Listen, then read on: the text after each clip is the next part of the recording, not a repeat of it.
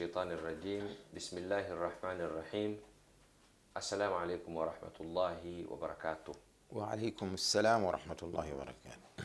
tubaniriza nnyo ku lutimbo lw'emirembe Salam TV mu programu yaffe eno ekkubo. Nze Mustafa Muhammad Mtuhe tuli ne musomesa waffe mukadde waffe Sheikh Idris Ahmed Kasujja Lubobo okuva mu Emirates College Nkowe, era nga tetugenda kwetooloola nnyo wano wennyini, tugenda kutandikirawo nga Sheikh tukwaniriza era banafunzi bose bo balamuseeko bakakase nti eddoboozi liyo. Abatulaba mwenna abateze Salam TV mu programu yaffe eno ekkubo, kansooke mbalamuse nti assalamu alaikum warahmatullahi wabarakatuh. Wa alaikum assalam warahmatullahi wabarakatuhu. Sheikh, ensi edduka ku speedi ate mu kkubo eryo lennyini ery'ensi mwe tuli, ensi eddukira ku speedi ya yiriiri. Naye wakati mu kudduka ezimu ku nsonga lwaki tulina programu eno ekkubo, era abantu tubagambanga tubajjukizanga nti ensi bwe tuba tutambula twetaaga okulungamizibwa. Nti maaso awo waliwe wati, wano oli bulungi, yongeramu, wano kino kiveeko, kino kyakyuka dda, kino bwe tutyo. Kate bwe kituuka kufa abasiraamu ne tubeera nga tulina okulungamizibwa kwa mirundi ng'esatu. Fe abasiraamu tulina okulungamizibwa okwa Allah, nga kwe kulina okuweebwa priority esooka. Tubeera n'okulungamizibwa okw'eggwanga lye tuwangaaliramu amateeka ag'eggwanga, then netubeera n'okulungamizibwa okw'obuwangwa bwaffe obw'enjawulo, cultures zaffe gye tuva. Tulina okulungamizibwa okwokuba kwa njawulo. Kati ebiseera ebimu omusiraamu afuna okubuzaabuzibwa, era bangi nnyo omuwulira agamba nze ndi muganda omusiraamu. Bamugamba nti agamba ndi musiraamu omuganda. Kati newabeerawo awo okuwanyisiganya ebigambo, oluusi nga bonna aboogera abamu babiteekamu emotions, abalala babiteekamu obutamanya, nebisanga tetutuuse ku kintu kituufu. Naye mu bintu ebitutawaanya mu nsi bye tulimu, tuzaalibwa ne tuwangaala ne tufa. Abamu bafa nga balina bye bakoze ne babireka. Ekulaani yaluŋŋamya omuntu bw'aba afudde kutya ebintu bye bikola ki, bwe birina okugabibwa oba okugabanwa. N'amateeka agaffe agali contemporary ag'eggwanga nago galuŋŋamya, n'obuwangwa nabwo bulina ebyabwo.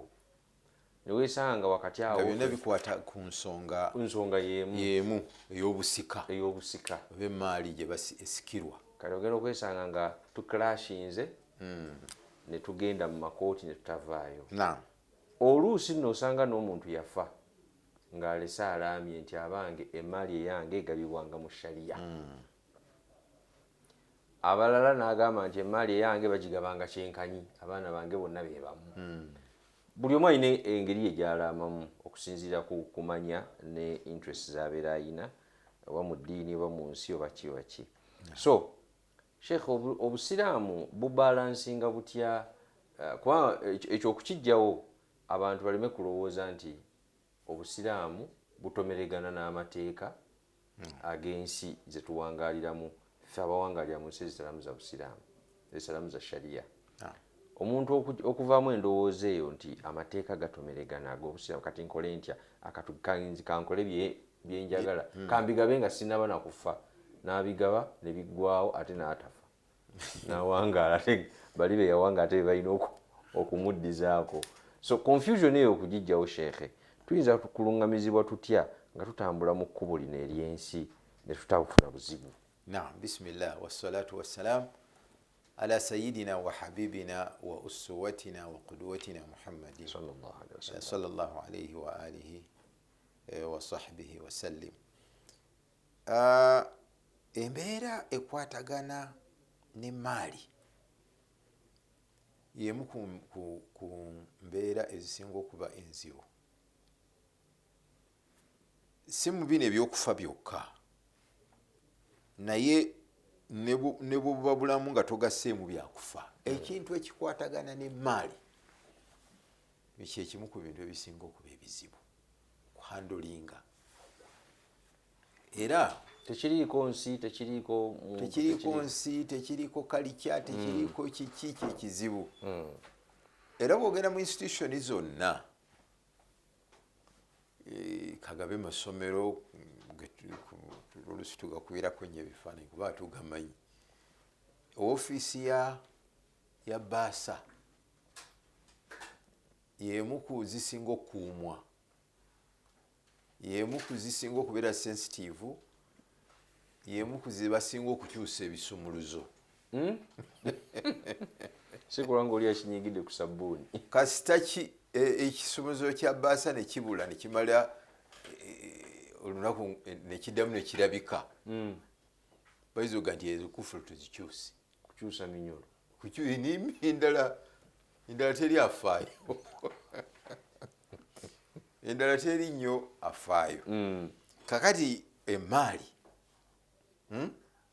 si kintu kyangu kubanga interest z'abantu mu kuwangaala kwabwe zetololera ku maali, ate n'emigaso gyabwe mingi baada almaut, naddala omuntu nga mukkiriza era gyetololera ku maali, kubanga emirimu egisinga obungi emirungi egituyingiza ejjana,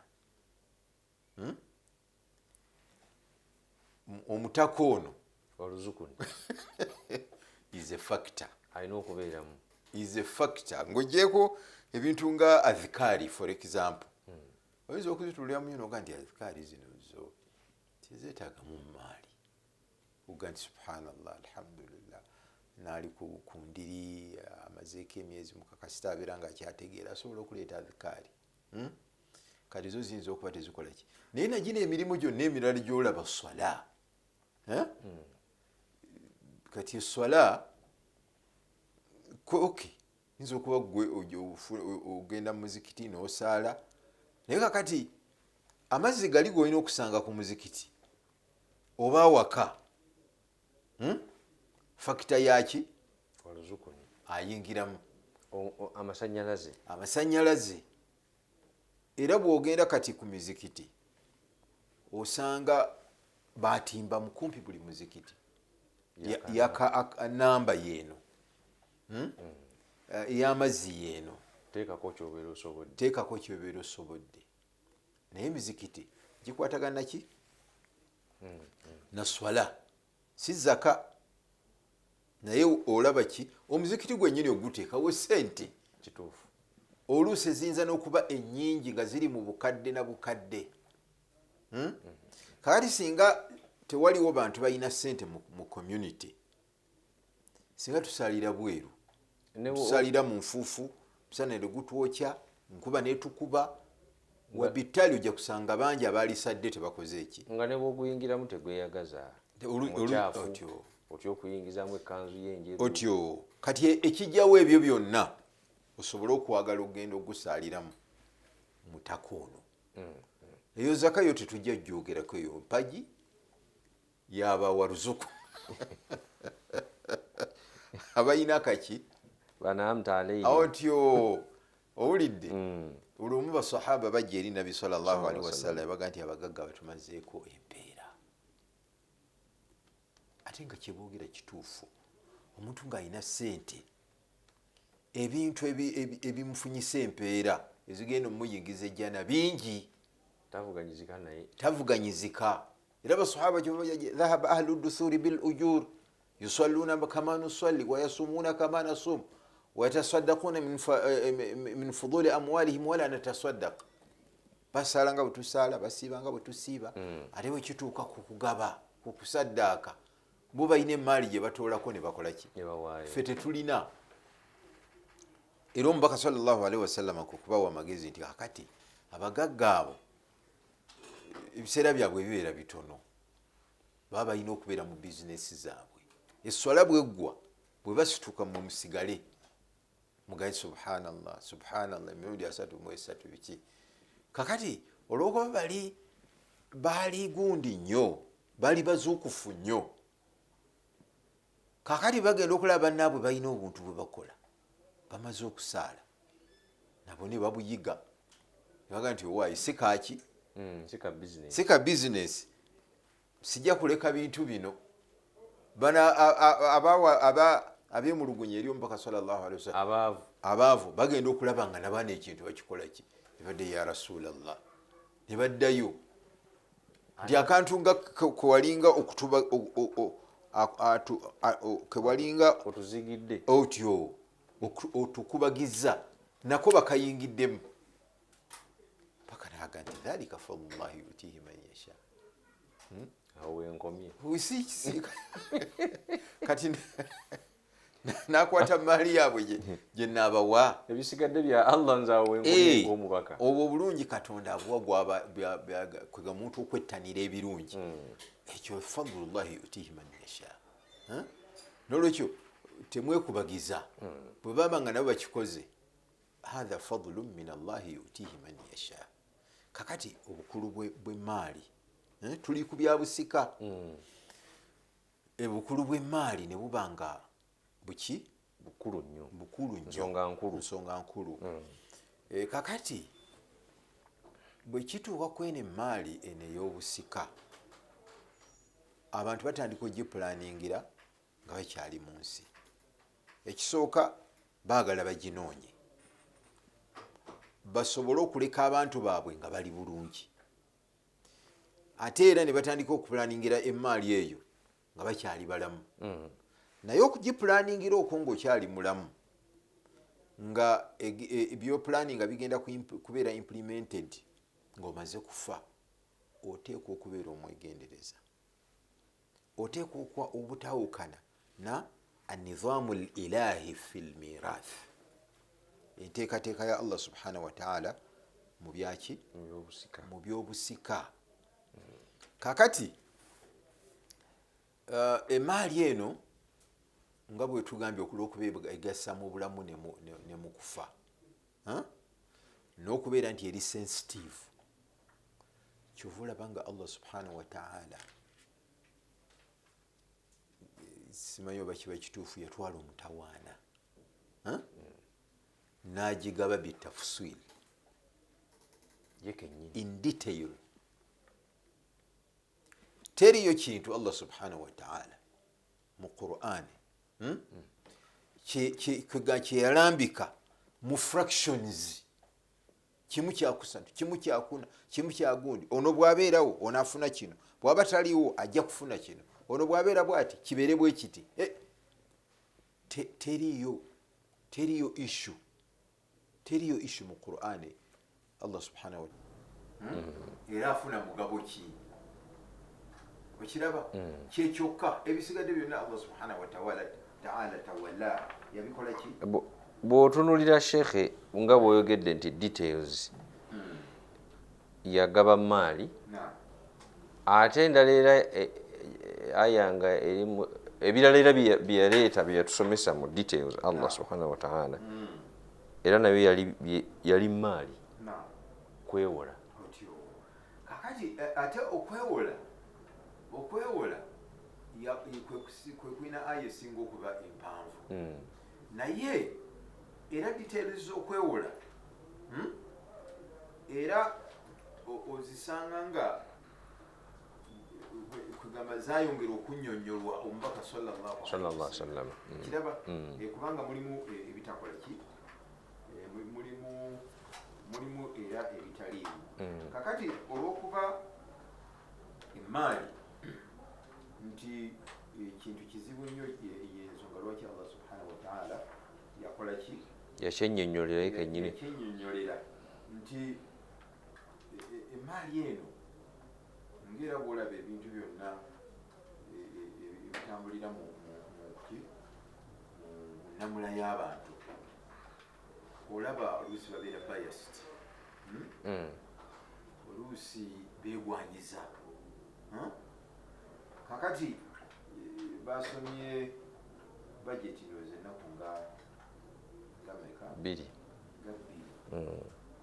naye okukaya n'okulaba okuliwo okulaba oba okuwulira olw'obutali bakisedde abantu batutte nasibul asad mugabo nti Allah subhanahu wa ta'ala teyabigaba bulungi. Abagendayo tebagendayo lwakuba nti ebintu byabwe babigaba mu shariya, kuba nabasinga obungi ne shariya sababangi si basiraamu abaliyo, naye emaali kintu kizibu. Allah subhanahu wa ta'ala eno emaali y'obusika kyeyava asalawo agikole ki, agyegabire. bw'obeera nga tolabye hikima, tolabye wisdom mu ebyo Allah subhanahu wa ta'ala byeyagaba, kkiriza bukkiriza nti Allah adalu, yasinga okuba omwenkanya, yasinga okutumanya, yasinga okumanya ebirungi gye tuli n'okutulumirirwa. N'olwekyo bw'aba yagaba bw'atyo, engabanya ye yesinga okuba entuufu. Bw'oba nga oli musiraamu, ekyo sooka okikole ki, sooka okiyingize muki, mu mutwe. Ekyo bona akiyingiza mu mutwe, ojja kuba obalibwa mu bantu abatya Allah subhanahu wa ta'ala.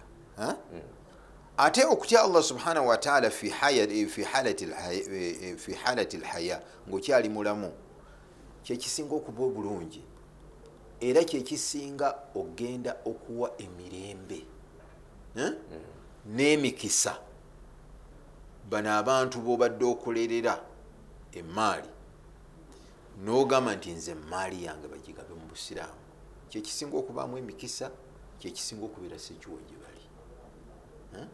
Ebyo sooka obikole ki ng'omukkiriza omusiraamu. Tukibategeezeza tutya wangi kyekisinga okubeera ekirungi gye bali. Kakati kubanga sheekhe waliwo wano lidhakari mithlu hadhi lunthayain, otyo eyo dibeeti ebaddewo emyaka eyo nayo tujja gituukako biidhnillah. Kakati tujja kugituukako tulabe ensonga zaayo, era tuyinza okubeera nti tuyinza okugitwalako akaseera, naye ngaekikulu nti tuteekwa okutegeeza abantu. Kati ekibuuzo ekyobuuza tubategeezeza tutya ekintu ekyo ne bakimatira. Ilmu emu ku ulumu okusinziira ku njigiriza y'omubaka sallallahu alaihi wasallam egenda okusooka okusitulwa okuggwa mu bantu ye ilmu ya faraid. Walilasafi shadid omubaka ebintu bino yabyogera emyaka 1400 n'okusoba egiyise, n'olwaleero kyetulaba ilmu alfaraid tetugimanyi, temanyiddwa, era abantu bangi abagaba emaali y'abafu mu ebitundu bingi, sections nyingi mu kugaba okwo ziba nfu. Njagala okubuulira mu basheekhe betulina abali mu Uganda abasobola okumala okugaba emaali y'abamulekwa, va ku bino fractions zino zetugira ku lubaawo biki, abasobola okugaba emaali y'abamulekwa practically obabalira ku ngalo, obabalira ku ngalo. Naye teriyo gye basomesa ne batasomesa faraid. Kituufu. Kakati kitegeeza nti ilmu, omubaka sallallahu alaihi wasallam yagamba nti ta'allamu al-ilma wa'allimuha an-nas fa inna ta'allamu al-fara'ida wa'allimuha an-nas fa innahu nisfu al-ilmi wa huwa yunsa wa huwa awwalu shay'in yunza'u min ummati. Yagamba nti muyige fara'id era mumuyigiriza abantu, fa innahu nisfu al-ilm, kubanga aconstitutinga hafu ya ilmu. Faraidu olw'obuzibu bwe, olwaki? Olwa sensitivity ye n'obukulu bwe. Mu ulumu zonna ze tusoma oba ze wasoma mu ssomero, abantu bamanyi bonna beegatta nti ilmu esobola okuggwayo oli n'agisoma n'agimalayo, mutono nnyo, ye faraidu. mutono nnyo naye omubaka aga nti ye ilmu egenda okusooka okugwa mu bantu ate yesinga obutono. Tosobola kusoma fiqhi n'omumalayo, tosobola kusoma nahawu n'omumalayo, tosobola kabe bino ebyassekyo tosobola kusoma biology n'omumalayo ate omumalayo oti buli lunaku obaawo ekipya okiraba. Faraidu akola ki? naye omubaka yamwogerako ebintu bibiri, yaga nti nisfu lilmu, mu butono bwe ye hafu ya ilmu. Kati abamanyi baali banyonyola lwaki omubaka yaga nti hafu ya ilmu ate nga ntono. Bagamba nti kubanga yo zino irimu endala zonna zisigadde kwegamba nti tuzitambuza mu bulamu. Kabe fiqhi bwomusoma oba aqida biki biki bufa nga biggwa oba osigadde kugabana nti yali musajja eddiini agimanyi, eddiini agissa mu nkola, agiwa ekitiibwa, aqida agikuma butiribiri, yewala ebintu bya shiriki, yewala ebintu bya haramu ila akhiri. Ebyo byonna ng'oli mulamu, kubanga bw'ofa inqata amaluka. Kakati yalimu alfaraidu, kati abo abaafa ng'abaana baabwe bazzukulu baabwe baki bakyala baabwe bali mu kooti, baliyo lwaki? Lwa faraidu.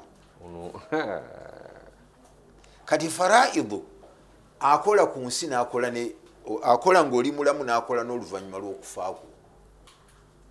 Erinnya lyo likyatambula ku mpapula otyo. Kakati kyekimufuula okubeera nti mugazi wa njawulo.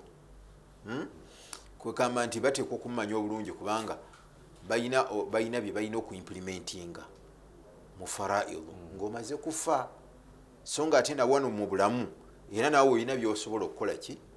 Kakati n'abeera nga kyebaba bamuyita nti yahtajuhu nnaasu fi hayatihim wa mamatihim, abantu bamwetaaga mu bulamu bwabwe ne mu kufa. Ate era omubaka mu hadithi eyo yagamba nti ye ilmu eyerabirwa. Kakati olwokuba tetusobola kubeera nga ilmu twagyerabira, omubaka yaga nti ye ilimu egenda awalu shay'in yunzau min ummati. Ate ne tubeera nga kwegamba kati ekintu bwoba wakyerabira temukifaako, mwaba akisoma kati munakinyonyola muti abantu ne bakitegeera. Kakati tulina kuddayo, twamuleka mu mpapula za bibuuzo, tulina kuddayo ilmu ya faraidu ne tugikola ki? Ne tugizuukusa ne tugisoma ne tugidisikasinga. Ebimu ku bintu ebiddusa abantu ku kugoberera engabanya ya Allah subhanahu wa ta'ala, ebimu biva kufa abagaba emaali eyo, ebimu biva kukufe butasomesa abantu abo, butanyonyola bigendererwa lwaki emaali eyo egabwa bwetyo. Biva kubeera nti obuvunanyizibwa bwe tulina okugamba, bwe tulina okutwala ne tubussa ne butubufiiringa ntitubulina. Kati oluvannyuma lw'obusuula abantu bonna balaba nti eno emaali eyaki, eno emaali ey'omufu, byonna mwe birina okuggwera, which is not true, kitali kituufu.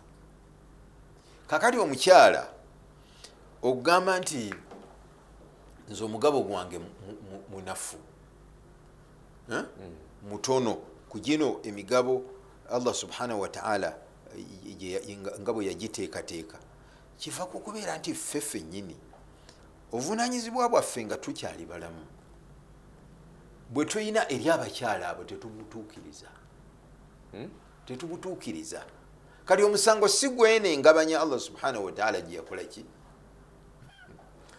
Sheikh nsaba obuzibu bwakubeera nti obulamu tetubutambuza nga obusiraamu bwe bulina kugira. Nsaba okkirize Sheikh tuwummulemu katono naye ekyo ekyokuba nti tetutuukiriza buvunaanyizibwa bwaffe nga tuli balamu ate bwe tuvaawo bano abafuna emmaali naddala abakyala bannyinaffe bakyala baffe bawala baffe ne balaba nga ne balowooza nti waliwo obutali bwenkanya ekyo kati ate oyogedde kipya tetukitegeera era tetukimanyi. Mbadde nsaba awo wennyini bwe tuba tutandikira nga tuvudde mu kuwummulamu.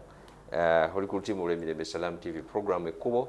Olwaleero tulaba twava ku nkola ya Allah oba ku mulamwa ogw'okugaba emmaali ey'abafu oba emmaali y'abamulekwa, era byebizibu bye tusinza okuba nabyo, naye Sheikh akyatulaga wano nawali lwaki twabivaako na buzibu ki bwe tujja okufuna tugezeeko okutereeza. Katukomewo tovaawo.